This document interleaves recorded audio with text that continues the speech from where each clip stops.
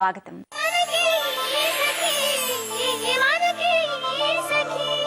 ఆ మధ్య మా స్నేహితురాల్ని కలిసేందుకు వాళ్ళ ఆఫీస్కి వెళ్ళానండి. తను బయటికి వెళ్ళిందట. 1 గంటలో వచ్చేస్తాను, నేను వచ్చే వరకు ఉండమని చెప్పి వెళ్ళిందట. దాంతో ముందు హాల్లో ఉన్న వెయిటింగ్ రూమ్ లో కూర్చొని టీపాయ్ మీద ఉన్న పత్రికలను తిరిగేస్తూ ఉన్నాను.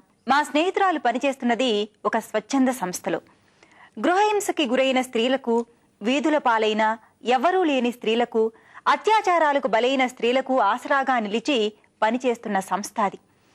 బాధితులైన స్త్రీల కోసం వారు ఒక హోంని నిర్వహిస్తున్నారు. ఎక్కడ ఆశ్రయం లేని స్త్రీలు లేదా తాత్కాలికంగా ఆశ్రయం అవసరమైన స్త్రీలు ఈ హోంలో ఉండొచ్చు. ఈ కార్యక్రమం చూసేయండి, మరిన్ని విషయాలు మాట్లాడుకుందాం.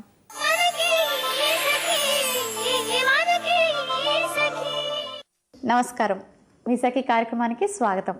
మన సక్కుల్లో ఎంతో మందికి వచ్చే ప్రాబ్లమ్స్కి న్యాయపరంగా సలహాలు ఇచ్చేందుకు మనతో పాటు ప్రముఖ న్యాయవాది శ్రీమతి విద్యారెడ్డి గారు ఉన్నారు. ఆమెను అడిగి తెలుసుకుందాం. నమస్తే విద్యారెడ్డి గారు. నమస్తే అమ్మా. మనకు సఖి లెటర్ రాశారు. నా పేరు ప్రమీల, నాకు పెళ్ళై 7 సంవత్సరాలైంది. మాకు పిల్లలు కూడా లేరు. నా హస్బెండ్ది ఒక డిఫరెంట్ క్యారెక్టర్. అందరి ముందు రాముళ్లాగా, ఎవరు లేనప్పుడు రాక్షసుల్లాగా బిహేవ్ చేస్తూ ఉంటాడు. పిల్లలు లేకపోవడానికి కారణం నాలో లోపమని అందరికీ చెప్తుంటాడు, కానీ నిజానికి లోపం ఆయనదే. ఇంట్లో వాళ్ళకి, స్నేహితులకి ఎవరికి ఈ టార్చర్ గురించి చెప్పినా నమ్మటం లేదు. రోజు రోజుకి ఈయన టార్చర్ నేను భరించలేకపోతున్నాను. ఈ పరిస్థితుల్లో నేను ఆయనతో విడిపోవాలంటే ఏం చేయాలి అని అడుగుతున్నారు. ఇక్కడ తను 2 పాయింట్స్ మెన్షన్ చేశారు. ఒకటి ఏంటి అని అంటే, భర్త బయట వాళ్ళకి రాముళ్లాగాను తన దగ్గర రాక్షసుల్లాగా బిహేవ్ చేస్తాడు అని. అంటే అక్కడ క్రుయాలిటీ ఉంది అనేది ఒకటి మనకు అర్థమవుతుంది. ఇంకోటి ఏం చెప్తుంది, పిల్లలు 7 సంవత్సరాలు అయినప్పటికీ పిల్లలు లేరు అని చెప్పేసి, అదేవిధంగా ఆమెలో లోపం ఉంది, నాది కాదు అని చెప్పి అతను పిక్చరైజ్ చేస్తున్నాడు అని చెప్పింది. అయితే ఇక్కడ ఆ అమ్మాయి విడిపోవాలి అని అనుకుంటుంది అంటున్నారు. మరి అంటే భర్తకు అంగీకారం అవునో కాదో తను చెప్పలేదు. అయితే ఇక్కడ 2 విధాలు ఉన్నాయమ్మా. ఒకవేళ భర్త కనుక అంటే ఆ అమ్మాయి విడిపోవాలనుకుంటుంది, అతనితో జీవితం సాగించదలుచుకోవట్లేదు కాబట్టి వైవాహిక జీవితం, తను కనుక విడిపోవాలి అని అనుకుని భర్తకు తన ఇంటెన్షన్ తెలియజేసినప్పుడు అతను కూడా అంగీకరించినట్టు అవుతే తను అప్పుడు ఇద్దరు కూడా మ్యూచువల్ డైవర్స్ వేసుకొని విడిపోయేటువంటి అవకాశం ఉంటుంది. లేదు, ఒకవేళ భర్త ఒప్పుకోవటం లేదు, ఈ అమ్మాయికి మాత్రమే ఇంట్రెస్ట్ ఉంది అని అనుకున్నప్పుడు ఈ అమ్మాయి మాత్రము తను ఏ కారణం చేత అయితే డైవర్స్ కోరుకుంటుందో ఆ కారణం తెలియచేస్తూ కోర్టు వారికి తను డైవర్స్ పిటిషన్ ఫైల్ చేసుకునే అవకాశం కూడా కలంలో. అంటే ఇప్పుడు తను రాసిన లెటర్లోని ఇంట్లో వాళ్ళు కానీ స్నేహితులు కానీ ఎవరు నమ్మే పరిస్థితుల్లో లేరు అంటున్నారు కదా, మరి తను ఎలాంటి ఆధారాలతో కోర్టును నమ్మించగలుగుతుంది? అంటే ఇంట్లో వాళ్ళే నమ్మనప్పుడు కోర్టు ఎలా నమ్ముతుంది? ఖచ్చితంగా అమ్మ, కోర్టు వారికి రుజువులు లేని కోర్టు కూడా నమ్మేటువంటి అవకాశం ఉండదు. కాకపోతే ఈ అమ్మాయి చెప్తుంది తను మానసికంగా కానివ్వండి, శారీరకంగా కానివ్వండి అతని దగ్గర సంతోషంగా లేదు అన్నది మనకు ఆ ఉత్తరం నుంచి అర్థమవుతుంది. సరే, అతని బిహేవియర్ బయట వాళ్ళతో బాగున్నప్పటికీ కూడా తనతోనే ఎలా బిహేవ్ చేస్తాడు. అందుకని చాలా సుప్రీంకోర్టు జడ్జ్మెంట్స్లో కూడా మనం చూస్తూ ఉంటాం, ఆ బెడ్రూమ్ 4 వాల్స్లో జరిగేటువంటి విషయాలు భార్యకి భర్తకి తప్పిస్తే ఫ్యామిలీ మెంబర్స్ కూడా తెలిసేటువంటి అవకాశాలు లేవు. కాబట్టి ఆ అమ్మాయి ఎవిడెన్స్కి మనం చాలా ఇంపార్టెన్స్ ఇవ్వాలి. అంటే తను చెప్తున్నటువంటి ఆరోపణలు ఏవైతే ఉన్నాయో ఆ ఆరోపణలు తను ఏ విధంగా రుజువు చేసుకుంటుంది అనేది కూడా కోర్టు బాగా కన్సిడర్ చేస్తుంది. తర్వాత ఈ అమ్మాయి చెప్పింది, వివాహమై 7 సంవత్సరాలు అయినప్పటికీ కూడా సంతానం కలగలేదు, లోపం అతనిలో ఉంది అని చెప్తుంది. అంటే బహుశా వీళ్ళు తను చెప్పిన దాన్ని బట్టి ఈ అమ్మాయికి ఎటువంటి ప్రాబ్లం లేదు అని తను అంత ఖచ్చితంగా చెప్తుంది. అంటే ఏదైనా మెడికల్ ట్రీట్మెంట్ తీసుకోవడం కానివ్వండి, లేకపోతే ఆల్రెడీ డాక్టర్ చెకప్స్ ఇలాంటివి కనుక అయినట్టు అవుతే ఆ ఆధారాలతోని, అంటే భర్త యొక్క ఇంపార్టెన్స్ని ప్రూవ్ చేస్తున్నటువంటి ఆధారాలు ఏవైతే ఉన్నాయో ఆ ఆధారాలు, లేదు ఏదైనా మైనర్ ప్రాబ్లం ఉంది రెక్టిఫై అవుతుంది అని అనుకుంటే ఆ విధంగా వాళ్ళు ప్రొసీడ్ అవుతే బాగుంటుంది.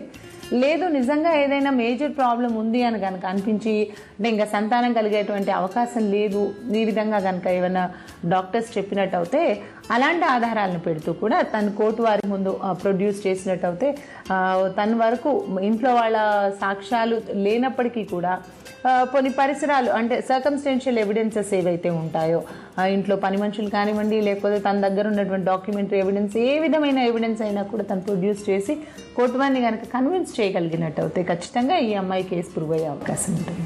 ఇప్పుడు తనకి ఇంట్లో వాళ్ళు కానీ స్నేహితులు కానీ ఎవరు ఈ విషయంలో సపోర్ట్ చేయట్లేదు వాళ్ళ హస్బెండ్ గురించి చెప్తుంటే అంటుంది. సో మరి ఎవరు సపోర్ట్ చేయట్లేదు కాబట్టి తను ఏదైనా హాస్టల్లోనో ఎక్కడో డిపెండ్ అవ్వాల్సి ఉంటుంది. మరి తనకు మంత్లీ మెయింటెనెన్స్ కింద ఈ డైవర్స్ టైంలో ఏమైనా వాళ్ళ హస్బెండ్ నుంచి తీసుకోవచ్చు అంటారా? ఖచ్చితంగా తీసుకోవచ్చమ్మా. ఇలాంటి కేసెస్ చాలా కేసెస్ చూస్తూ ఉంటాం. ఎక్కడంటే పేరెంట్స్ యొక్క సపోర్ట్ కూడా ఉండదు. కొన్ని సందర్భాల్లో వాళ్ళు పేరెంట్స్ సపోర్ట్ చేయలేనటువంటి పరిస్థితిలో ఉండడం కానివ్వండి, లేదు అని అంటే ఇలా నమ్మకపోవడం వల్ల కానివ్వండి, ఇలాంటి సందర్భాలలో మరి అమ్మాయిలు ఏదో చిన్న ఉద్యోగం చేసుకుంటూ వాళ్ళ జీవితాన్ని వాళ్ళు గడపడము, లేదంటే ఒక హాస్టల్లో జాయిన్ అవ్వడం, ఇలాంటి పరిస్థితులు కల్పించడం పడతాయి. మరి అటువంటి సందర్భాలలో మరి ఆ అమ్మాయికి భర్త దగ్గర నుంచి పొందే అటువంటి హక్కు ఉంటుంది, భరణం. మరి ఆ అమ్మాయి డైవర్స్కి ఫైల్ చేసినప్పటికీ కూడా తను డైవర్స్ కేసులోనే భరణం కోరుతూ కూడా మెయింటెనెన్స్, ఇంట్రీ మెయింటెనెన్స్ మనకి కోరుతూ కూడా తను పిటిషన్ వేసుకునే అవకాశం ఉంటుంది. ఆ డైవర్స్ కేసు అయిపోయేంత వరకు కూడా తను ఈ కేసులోని పొందే అవకాశం ఉంటుంది మెయింటెనెన్స్. డైవర్స్ కేసు అయిపోయిన తర్వాత ఒకవేళ విడాకులు కనుక మంజూరైనట్టు అయితే తను పర్మనెంట్ యాలిమోనీ అంటే ఎంతైతే తను అంటే లైఫ్ టైం భృతి, పర్మనెంట్ యాలిమోనీ అంటాం మనము, అంటే మంత్లీ మెయింటెనెన్స్ విధంగా కాకుండా net amount at a time తీసుకునే పరంగా ఈ పర్మనెంట్ యాలిమోనీ తను ఎంతైతే కోరుకుంటుందో అది తను తెలియజేస్తూ కోర్టు వారికి ఒక పిటిషన్ పెట్టుకున్నట్టు అయితే ఆ కోర్టు వారు పర్మనెంట్ యాలిమోనీ కూడా ఇప్పించేటువంటి అవకాశం ఉంటుంది. కాబట్టి తను డైవర్స్ పిటిషన్ వేసుకున్నప్పటికీ కూడా అంటే 125 CRPC కింద మెయింటెనెన్స్ అన్నా వేసుకోవచ్చు. విడిగా కేసు వేసుకునే అవకాశం కనుక లేదు, ఆ స్తోమత లేదు అని అనుకున్నప్పుడు ఇదే పిటిషన్లో తను డైవర్స్ పిటిషన్లోనే తన మెయింటెనెన్స్, అదేవిధంగా ఆ కేసుకి సంబంధించినటువంటి ఎక్స్పెన్సెస్ ఏవైతే ఉంటాయి, లీగల్ ఎక్స్పెన్సెస్, అవన్నీ కూడా క్లెయిమ్ చేసుకునేటువంటి అవకాశం ఉంటుంది.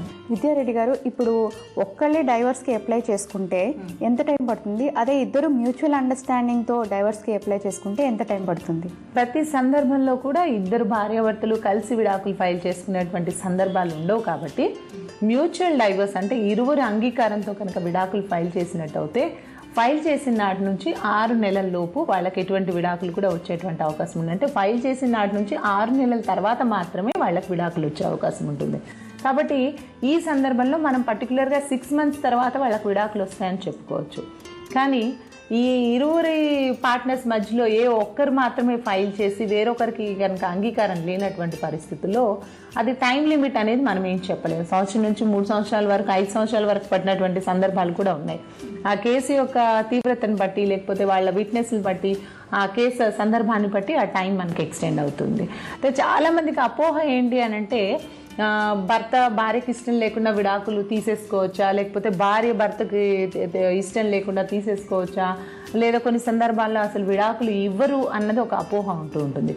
ఇద్దరికి అంటే ఏ ఒక్కరు ఫైల్ చేసినప్పటికీ కూడా వేరే వాళ్ళ అంగీకారం అవసరం లేదు. కానీ కోర్టుకి వాళ్ళ యొక్క జవాబు అంటే వాళ్ళు ఏమని అలిగేషన్స్ అయితే వీళ్ళు వేశారో వాళ్ళు కౌంటర్ ఏమని వేస్తున్నారు, ఇరువురి సాక్ష్యాన్ని కూడా విచారించిన తర్వాత నిజంగా వాళ్ళు వేసినటువంటి గ్రౌండ్ మీద కనుక డైవర్స్ ఖచ్చితంగా ఈ సందర్భంలో ఇవ్వాలి అని కోర్టు వారు కనిపించినప్పుడు మాత్రమే డైవర్స్ ఇవ్వడం జరుగుతుంది. తప్పిస్తే కేవలం ఒకరు వేసేయంగానే విడాకులు వచ్చేస్తుంది ఖచ్చితంగా అన్నది ఏమీ లేదు. తర్వాత వేసినంత మాత్రాన అవతల వాళ్ళకి అంగీకారం లేదు కాబట్టి రాదు అన్నది కూడా ఏం లేదు. ఆ సందర్భాన్ని బట్టి విడాకులు ఇవ్వడం జరుగుతుంది. ఓకే మేడం, డైవర్స్ గురించి కానీ లేకపోతే ఇలాంటి హారెస్మెంట్ కేసు అంటే ఇలాంటి సిచ్యువేషన్లోని ఎలాంటి స్టెప్స్ తీసుకోవాలో న్యాయపరంగా మా సకులకి చాలా చక్కగా ఎక్స్ప్లెయిన్ చేశారు. థ్యాంక్ యూ సో మచ్ అండి. వెల్కమ్.